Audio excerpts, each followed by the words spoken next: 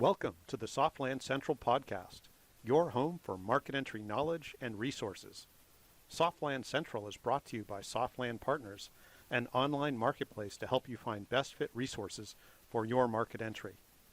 Find them at softlandpartners.com. Hello and welcome to Softland Central, your hub for soft landing and internationalization knowledge. So today we are so privileged to be joined by two real experts within the Brazilian ecosystem and who have helped companies internationalize from Brazil, helped companies soft land in Brazil. Please help me welcome Claudia Wilson and Mauricio Costa. Welcome to both of you. Hi, everyone. Bill, thank you very much for the invitation to participate in this chat. My name is Claudia Wilson. I come from Brazil, and I am CEO of BeezStudio. BeezStudio is a company that helps business to increase competitiveness through internationalization strategy, a startup acceleration program, and a corporate innovation. Our operation is in a whole country and abroad. Well, that's great. You anticipated my question. That's perfect, Claudia. So are there particular types of companies that you work with in terms of accelerating and internationalization? Are there industries or stages of companies that are best for you? Basically, the companies works with technology stages. Mm-hmm. Okay, so mainly technology companies. And at what stage are normal? Scale up and established companies. Micro and small companies.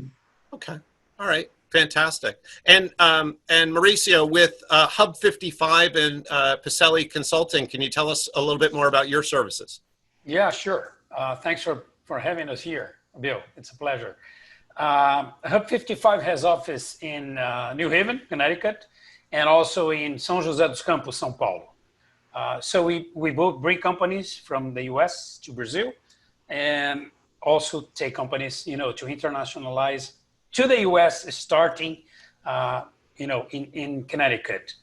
The kinds of companies we bring are mostly also technology companies willing to tap on the marketplace, which is growing. Is already big for the size of the country, but it's still growing because we don't have that great technology yet. So we have to import, but we have a very good marketplace.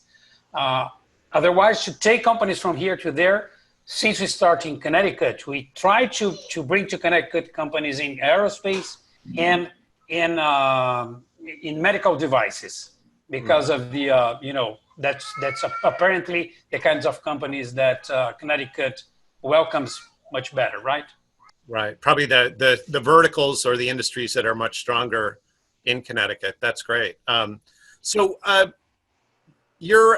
lot of your work is in internationalization, but can you tell us about the ecosystem in Brazil in terms of internationalization? And maybe Mauricio will go to you first, but how is the ecosystem for both internationalization outbound from Brazil and then also market entry? How would you talk about the resources that you see? It's pretty straightforward, Bill. We have, big companies have their own structure to do that, and professional departments and everything else. So they set an office outside the country pretty easily, both in Latin America or North America, Europe, and Asia. So not a problem, not so much for us to do there. But the medium size and the small size companies, they need either the help of the government agencies or us, as companies, private companies helping them. We have Apex here in Brazil, which is an agency that helps companies to export, and some of them set shop by using their offices in the US and Europe. When the companies don't have this option, usually they do, but we don't have this option, they come to us and see what we have to offer. In that case, mostly, I told you about the industries of the companies we bring to the US and Canada and Mexico, etc. But the size usually is not the very small companies, no, because they are still struggling to do business here. But the medium size are usually, 500 employees to, I would say, 2,000. That would be the right size to do business in the US. Usually, they have already sold something in the US, but they don't have the experience. They don't have the, they don't feel comfortable to set shop, there, have an office, hire people, deal with taxes, deal with visas, deal with registrations, that kind of stuff. And that's where we enter at that part of the process. Fantastic. And Claudia, the same question to you in terms of the Brazil ecosystem for soft landing and internationalization. I guess, what are the attributes or characteristics that you would describe? Well, we can consider Brazil a continental country, a multiple cultural country. We have several colonies of various nationalities, and some of these colonies are larger than cities in the original country. Our economy is basically concentrated in the service sector. Excluding public service, the trade sector is the sector of prominence, and it is concentrated in a micro and a small company. It worth mention that we have a consumerist culture, and we have passion about technology and innovation. For example, Brazil is the fourth market in the world of mobile consumption, with only 20% of market share. Imagine when we have 15 or 80%. We have a large market to consumers. Fantastic. And so in terms of the resources that you see available for companies, are there resources that you see as being really valuable in the Brazil ecosystem? Sorry?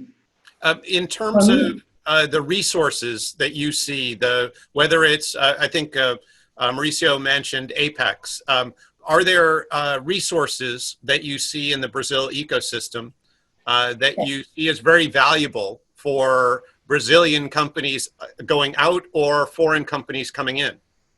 Yes, we have Apex, is for the all sector, but we have two Softex. It's specific for software, technology companies. They help the companies to come to Brazil. And we have companies like Mauricio and I that helps the foreign companies to want to come from Brazil. Got it. No, that's perfect. Excellent. Thank you. So let's talk about actually getting into internationalization and supporting companies that are going out into foreign markets, whether it's the U.S. or Europe or Asia or somewhere.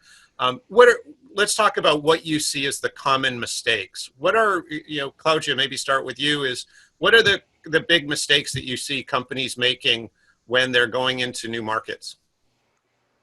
Well, the companies that come to Brazil need to observe regularity issues a lot. Bureaucracy here is a huge impact on the process. In any other countries, although we are very open to foreign, but the cultural issues is an important factor that must always to take into consideration. The mistakes the Brazilian companies to leave Brazil, I don't know if you would like to know about this, that is they do not make adequate planning for the acquisition of new markets. They often go abroad due to an opportunity that is not necessarily advantageous. I would say that the Brazilian people are fearless for internationalization actions, which often may not bring unexpected or even adequate results. Companies comparing in general, we say that the Brazilian is fairness and the partners come here very confident. Got it. Got it. So if I were going to put it in my own words, the companies leaving Brazil, going to international markets, it sounds like your thought is that they're not doing enough market research to understand the competitive environment, the customers, and the market potential before they go to a new market. Am I summarizing that okay? Yes, yes. Okay, cool. And it also sounds like the Brazilian confidence, while it's good because it helps companies and founders go to new markets, it also can be a liability because listening is inhibited. Is that fair? Got it. Yeah. Okay, cool. Yeah, I love it. I would add to that, Bill, and I think it's interesting that Claudia is making this point. Because when we bring, we bring a set of companies every year, like 5 companies every year, to stay with us in our office in New Haven. And what we feel is, I've been in technology for 35 years. So I know everything my market has to offer or doesn't have to offer. And these guys come to the US, they don't know the competitors. Many of them, I know some of them, and that would be an exception. They would do their, homework and say, oh, we have to compete with this one or that one and against that one. But they don't know the landscape in detail enough, and we have so many resources to get this information. So they rely on us to do that, basically. I think Claudia has the same kind of issues when we talk about that, right, Claudia? Yes. So Mauricio, besides the understanding of the competitive environment and the customers, are there other mistakes that you see Brazilian companies making as they're entering new markets? Well, I think the other, I would say, flaw is to understand how mature they are to go to a new market. And, especially a market such as the American market, which is very competitive. So you better be prepared to compete there. Again, this is something it's a little harder for them to find out how mature they are. And they come to talk to us. And I can, harder than comparable to find out what the competition is. But at this point, I understand why they have this difficulty, because we were talking about resources to help companies internationalize. And you have Apex, and you have Select USA, which is pretty good. But again, it's an individual initiative. They should get together and help there should be a resource center to help them. And I hope, soft landing is one of them. And we could do this, I guess. But I feel that if they could go to a place like that and have access to marketplace, to strategy, to taxes, to visa, to regulations, everything together, even if we have individual companies, individual guys providing those services, that will be amazing for them to understand how mature they are to go outside the country, do business outside the country. So, not knowing the competition, okay, you should do, you go online, you find out. How mature is my company to go outside? That's a little harder. You need a resource central to help you with this. Mm-hmm. And when you say maturity, are you saying that some of the companies don't have some of the operational infrastructure, some of the executive or decision-making infrastructure that would allow them to both manage a larger operation, but also manage a geographically more separated operation? What is it when you say that their maturity level? What is it that you mean? Well, I use the traditional MBA framework. Sure. You have something to offer, okay, which is good. You have to capture the value. It's not only know the value, but you have to capture the value, and you have to be able to deliver the value. If you don't have any of those 3 items, you shouldn't go, you should start worrying about your position here in your home country. Yeah. But you can imagine in an outside country. So usually companies go, they know the value, but they didn't capture, they don't have IP, for instance, okay? Or they don't know how to deliver value. And comes to your point, they don't have the executive body prepared to go there and promote the product or the offer, have the meetings they need, tap on the resources that the USA offer. So, you know, a lot of stuff that make a mature company not 100%, I know, maybe 90%, 80%, but that would be good enough for them to go there, set shop, and start doing business. Right. No, that makes a lot of sense. Cool. That's really good. So let's talk about how companies overcome these challenges. So you both help companies in this regard. What are some of the things that you all do? And maybe Mauricio, will start with you in terms of what is it that you do to help companies overcome these issues, whether it's the overconfidence, whether it's the market understanding and knowledge and research, any of those things. What are the steps that you? Yeah, it's also pretty straightforward, Bill, and I guess Claudia will agree with me. It's not easy for these guys doing business for, I would say, decades in Brazil, in their home country, to go to a new business culture, get there and know how to do business. So usually they go to understand the market, to see the competition, to see technology. In missions, 1 week missions, that doesn't help, I guess. And I can tell you, because we did this, and sometimes we still have to do in partnership with other, let's say, government agencies. But what we do to overcome those problems is to keep the executive with us for 6 months. This way, he or she has time enough to understand how things work, to get to know people, to understand the culture, to see the regulation, to research the competition, you know, to get to familiarize, I would say, get familiar with the environment to start doing business much earlier than, you know, going to meetings and negotiating. It's an earlier process. They have to stay there. They have to understand the environment. And once they feel comfortable to do that, because they know their products, now they put together what they know about their products or offer with what they learn about the place they are, you know, new place they're trying to do business, and then they can go to market, as we say. So if I would have to pinpoint one specific you know, success factor, it would be the time they spend in, let's say, Connecticut, where we are. And 6 months seems to us enough to close the first deal. That's that makes sense. Not sure that Claudia will agree with me. Yeah, totally.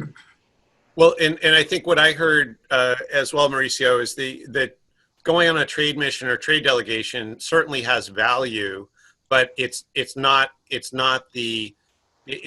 only preliminary. It's not actually the part of the entry strategy. It's really more, it sounds like the trade delegation is more part of the decision-making process. Whether do I want to enter this market or, you know, this particular city versus going into another city. It's more comparative than it is in terms of the actual process of getting familiar with the market and successfully entering it.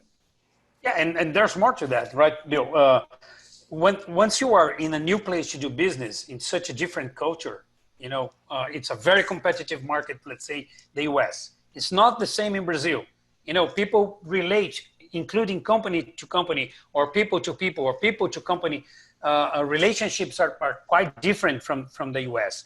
Once the executive stays in the place, stays in Connecticut, let's say, and start understanding how people relate among them, you know, and by that I mean being on time for meetings, how to behave, you know, respect the time of the meeting.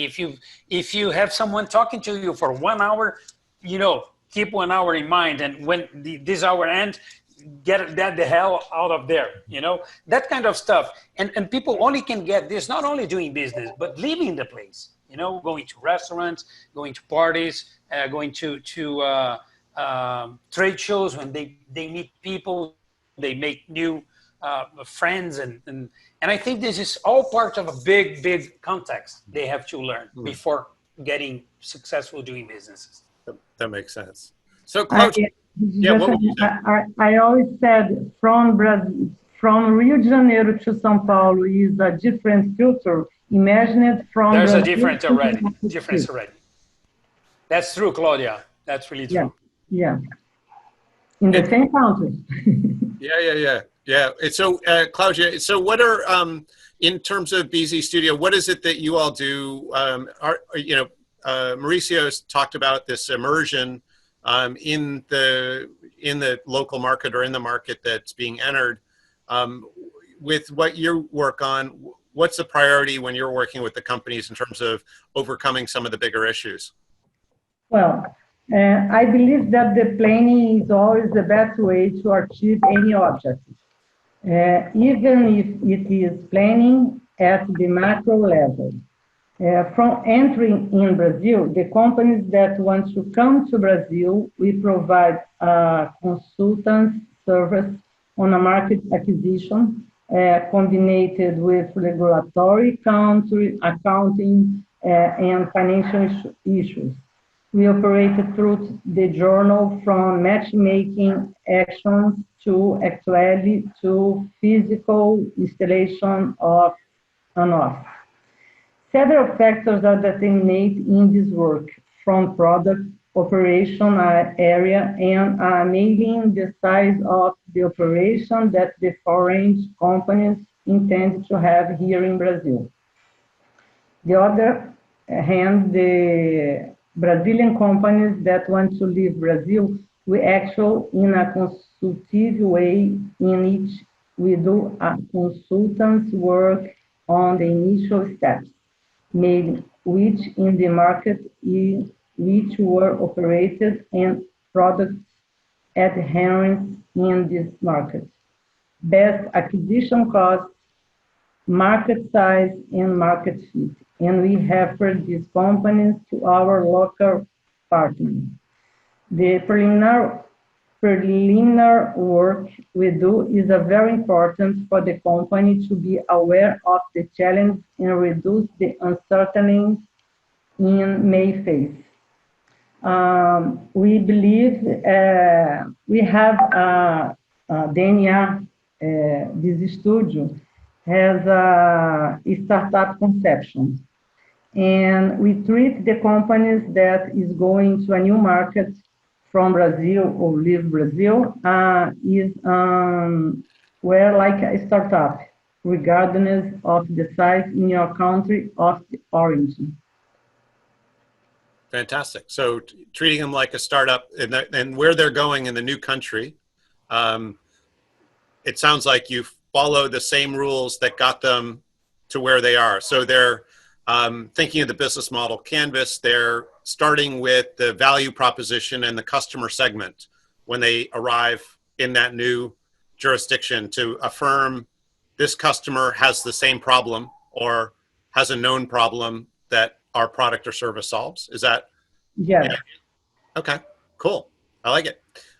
So let's talk about, and Claudia, first for you, because obviously right now we're talking maybe more theoretical, and you don't have to name company names or anything, but if there's an example of a company that you've worked with that you think really got it right in terms of whether they entered North America or they entered Asia or Europe or wherever, can you talk a little bit about I think what they did that was unique that help them get it right? And it may have been, the leadership's attitude. It may have been, the type of infrastructure they had, whatever it was. But can you talk a little bit about, sort of an example of success? Well, a little difficult, for example, because due the economic difficulties that Brazil is faced in recent years, we have a few success stories to tell. We have a lot of demands of outside companies waiting to invest and enter Brazil, but the risk is still high in relation to the other markets as attractive or more attractive than Brazil market.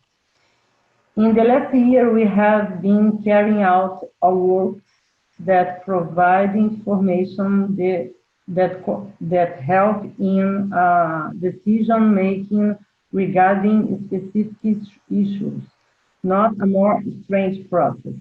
Last year, for example, we did a matching-making job for a French startup specialized in computer vision. The model that has served in Brazil companies at the moment are trade mission during events. Brazilian people like a lot Web Summit in Lisbon and TechCrunch in San Francisco. We also do a trade mission with executive agenda in the cities that are referenced in innovation. You got it? Yes, fantastic. Yeah, no, thank you. And Mauricio, are there companies and founders that you've seen that you feel got it right, and is there an example you could share? For sure. Actually, you can take, two or three of them, to make it very, rich and diverse. 3 years ago, we took a company in credit card fraud detection using AI, artificial intelligence. These guys were doing great here. They process like 25% of all transactions, credit card transactions in Brazil, which is big. We have a big financial system here. And they wanted to improve their product, their service actually, to reduce the number of false positive. The guys that call you and say, did you make this purchase or not? And you did, and don't want to get anyone calling you. So they tried everything in Brazil and couldn't find. So they came to us to help them find that kind of improvement using technology from universities in the US. So they came with us back in 2018. We took them to several universities in Connecticut. They stayed with us for 3 months, for 6 months actually.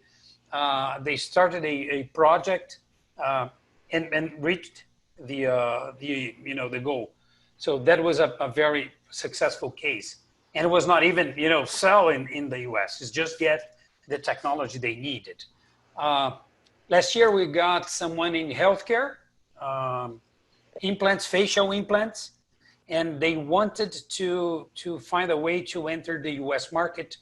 They came with us, they stayed for 6 months, and they found a partner, which seems to be the best option since they didn't have the FDA in place yet. But the partner was interested in their technology, and they are, already working.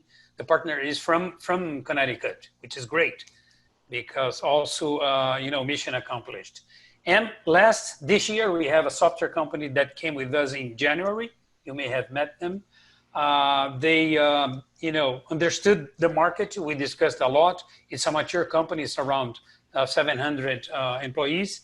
They do ERP implementation, ERP software implementations, SAP and Oracle and Dynamics, Microsoft Dynamics. And they find a way to take their value proposition in the right place. So they would say, we can do this. We have the expertise. We can do this remotely. We don't have to need, people in your premises. And we are very cost effective because, of course, they charge in reais against the US dollar. And finally, after 3 months, 4 months maybe, they signed their first front contract in Connecticut, which was great because it's a company that we started talking. We introduced to them, they started talking, lots of meetings, lots of presentation, pitching their products, pitching their services. And, they finally saw value in this software company, and they closed the deal. So, we can pick the key points that make them successful, but mainly this that I just described. Oh, that's great. No, that sounds really good. Good examples for sure.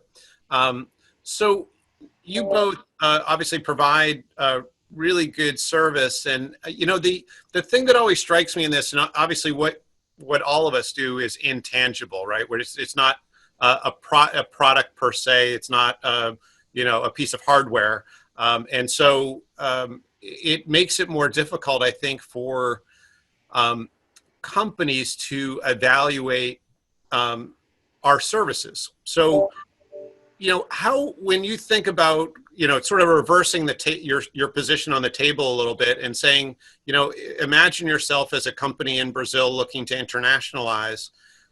What would be, if you think about maybe the best way for them to navigate the process? If you were a company, what are the steps, you now, or whether you've been in business a few years, you've established a good customer base in Brazil, maybe you want to expand to other areas of Latin America, maybe you want to, go to Portugal or and use that as a gateway to Europe or enter North America.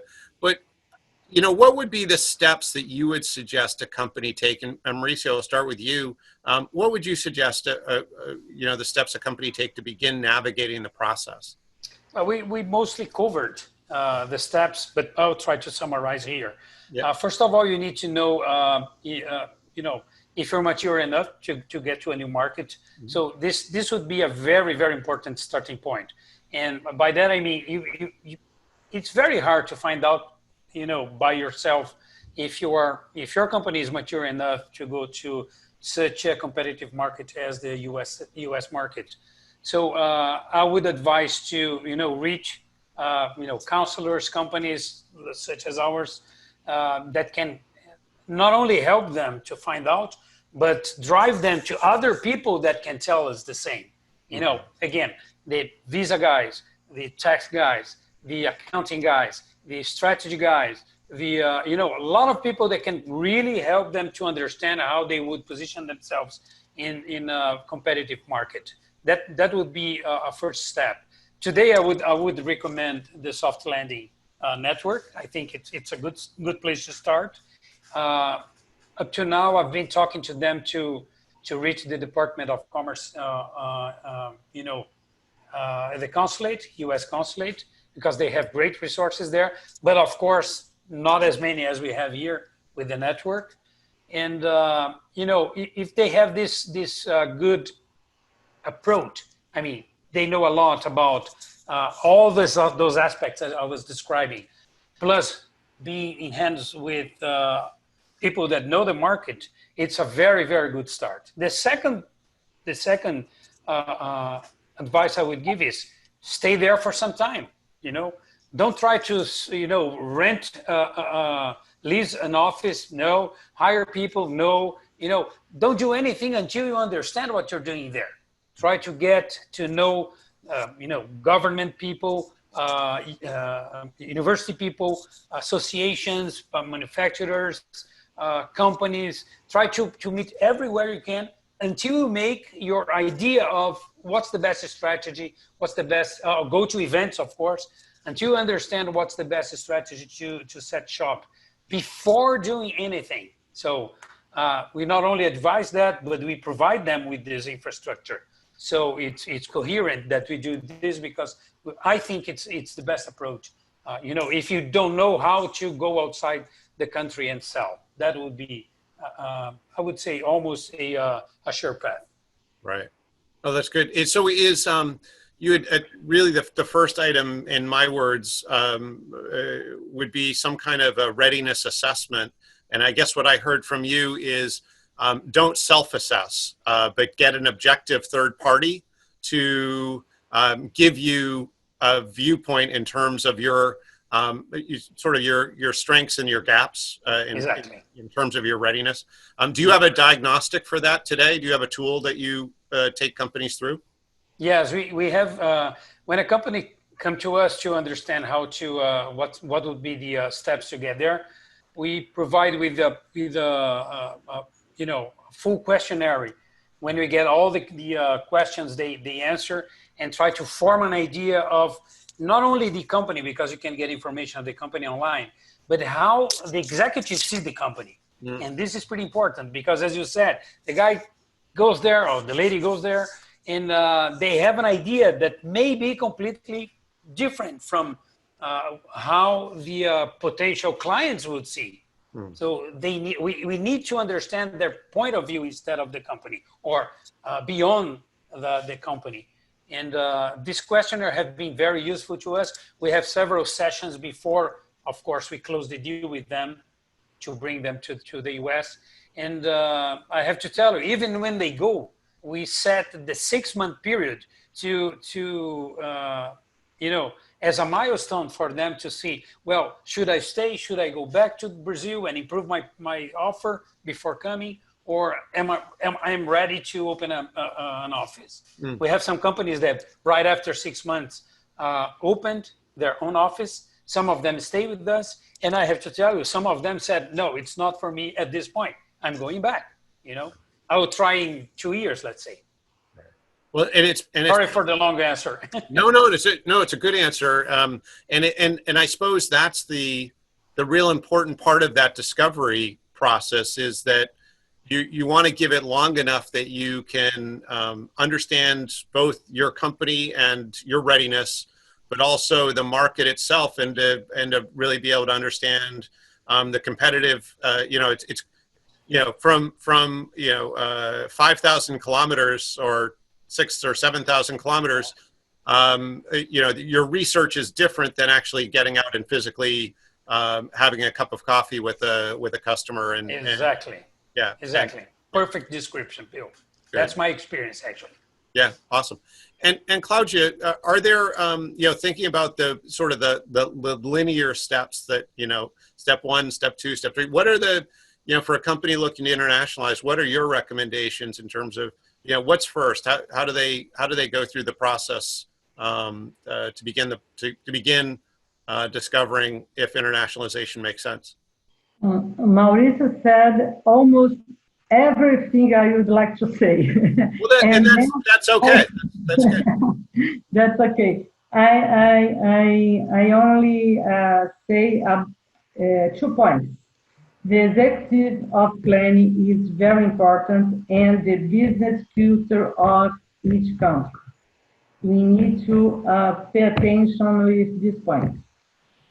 So what you said is the executive plan, the strategy, really spending time making sure that's correct is key. Can you say the second point again? I'm sorry, I missed that one. Business culture of each country. Mauricio said before how much important the people know about the country where you go to the market. And well, I'm sorry, I was going to say that. So the idea of localization and understanding the difference, whether it's the regulatory difference, the customs difference, the communication differences, all those types of things? Yes, like that. Got it. Okay, that makes a lot of sense. And probably that, as you know, that it helps you understand how you're going to enter, right? Are you going to use, at a distance, use distributors and partners to enter the market? Or are you going to bring people from Brazil into that new market, or hire locally, or a combination of a few different strategies?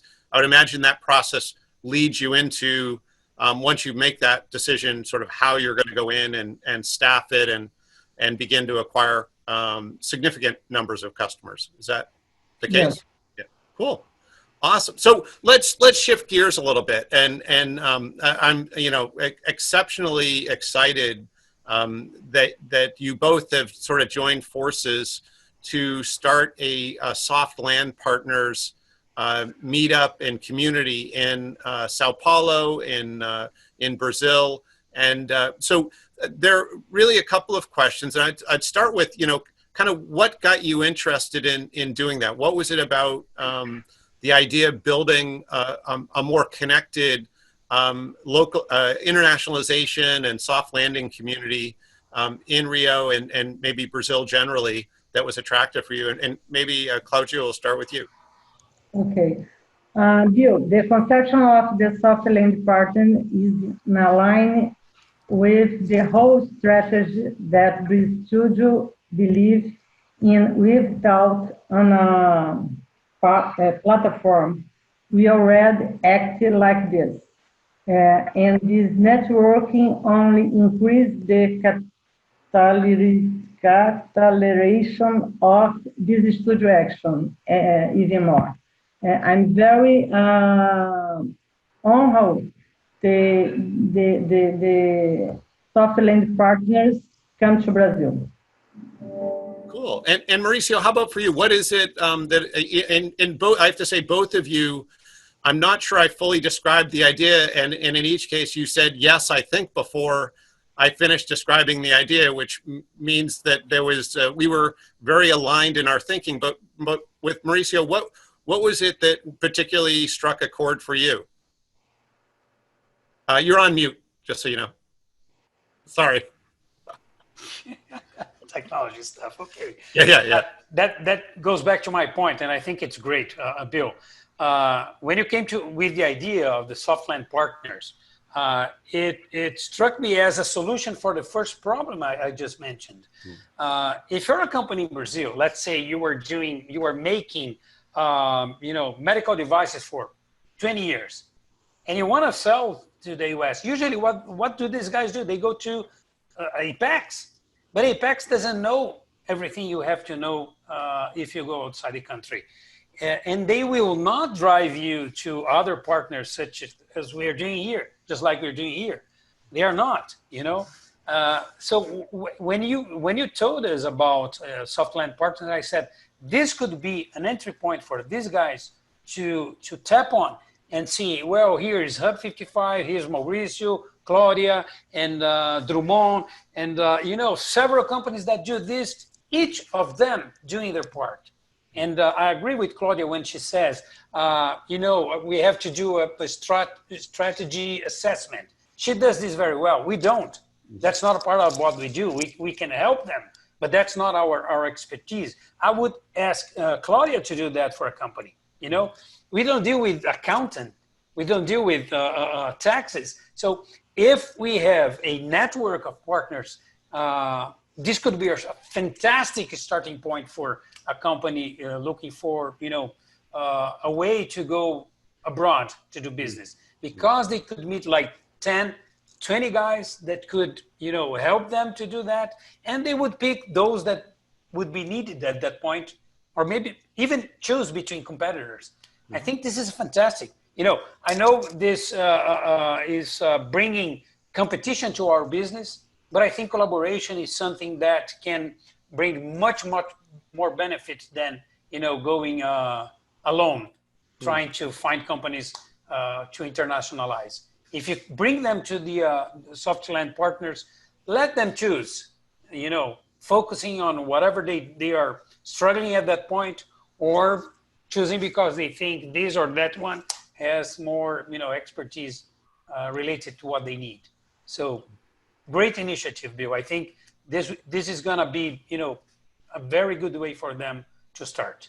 And the company is willing to internationalize. Yeah. No, thank you for that, Mauricio. And so, one of the things that struck me actually just after the first Sao Paulo meetup was we had really nice participation from some of the trade and investment organizations, and we've had that actually about a third of the participants in the meetups in general, from country to country and city to city, have been trade and investment folks, mostly government, but some industry as well.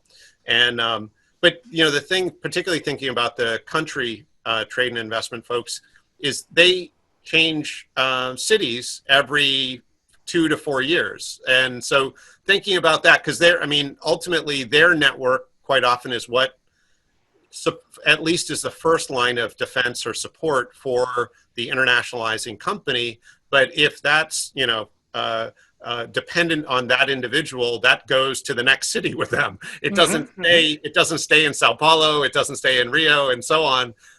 And so one of the things at least intellectually, I think that we can also help with is the network stability and the sort of the growth and identification of the resources, but also irregardless of the movement in these various support organizations, that there's this constant infrastructure that's alive and dynamic and growing and professionalizing, and being this sort of arbiter of ethical service for internationalizing and market entry companies. And I guess I'd love your reaction. I'm sure you've talked to several of the folks who participated in the first meetup, but what's been the reaction, and what's your sort of thoughts about the meetups going forward in terms of that exchange that can be created.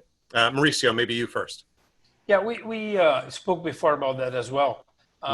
Right before the first meeting we had, and I told you, well, there are some differences, you know, I would say cultural differences from the US.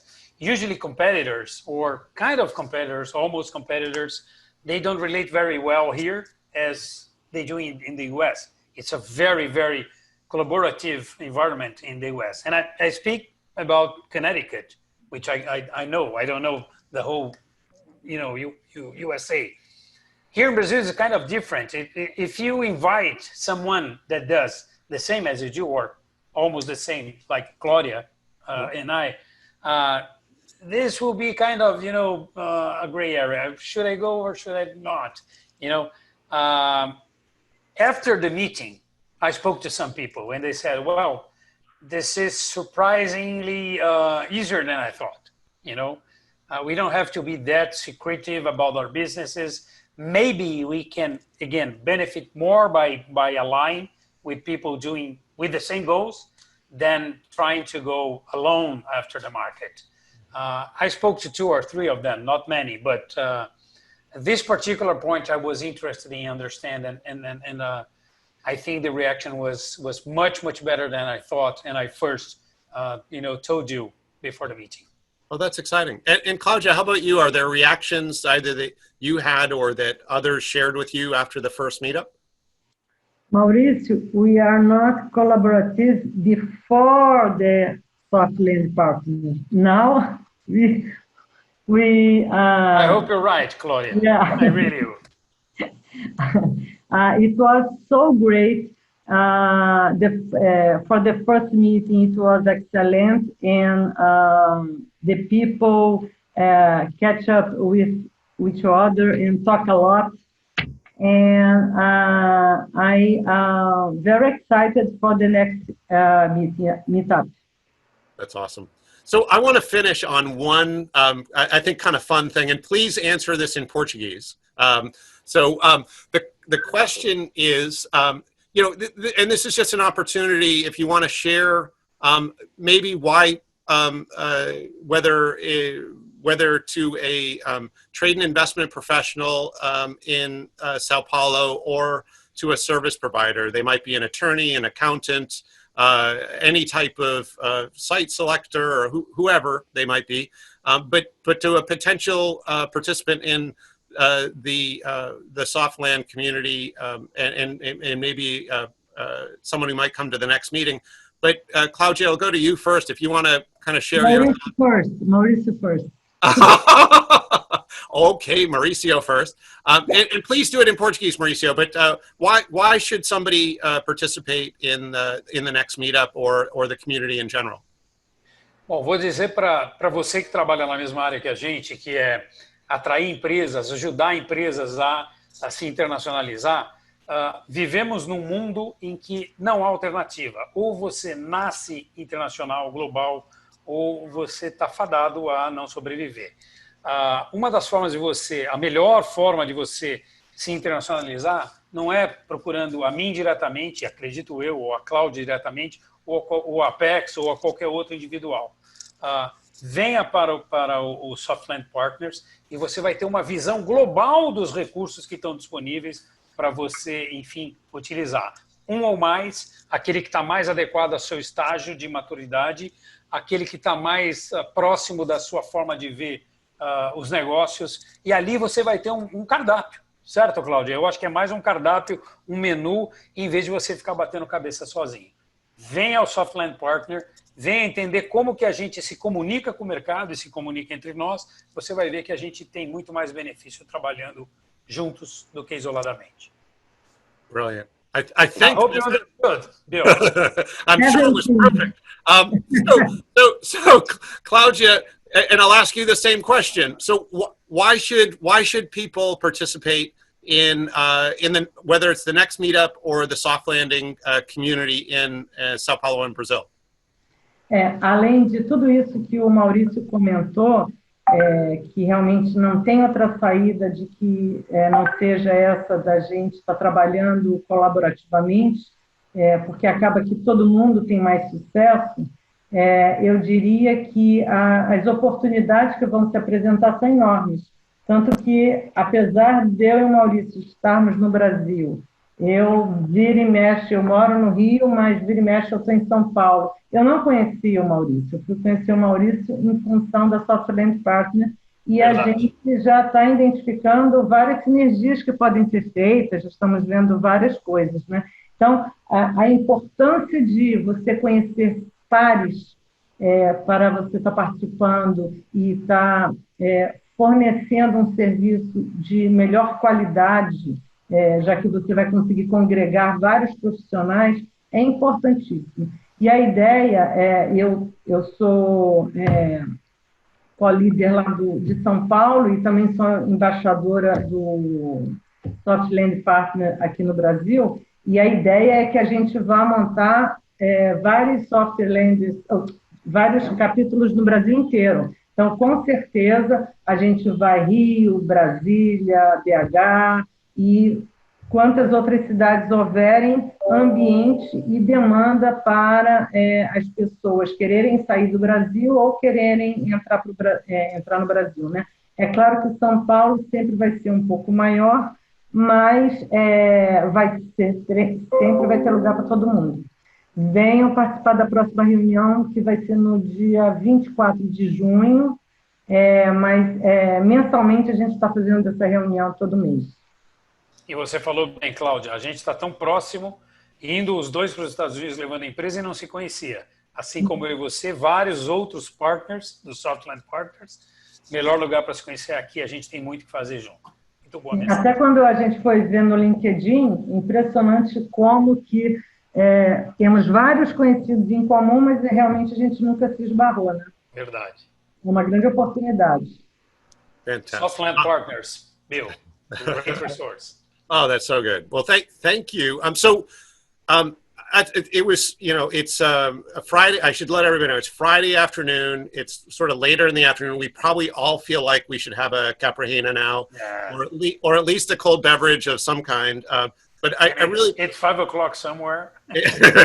Yes, please. But I really appreciate you both taking some time this afternoon to talk through these issues. These are important issues for companies in Brazil or wanting to come to Brazil, certainly.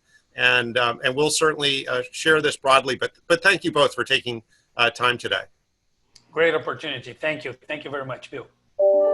Thank you, too. Well, my pleasure, certainly. And we're going to end the webinar now, the podcast. Please make sure to like this, mark us on YouTube or your podcast channel so that you can come back for future episodes. But thank you all for joining us today. And we really appreciate it. We'll talk to you all soon.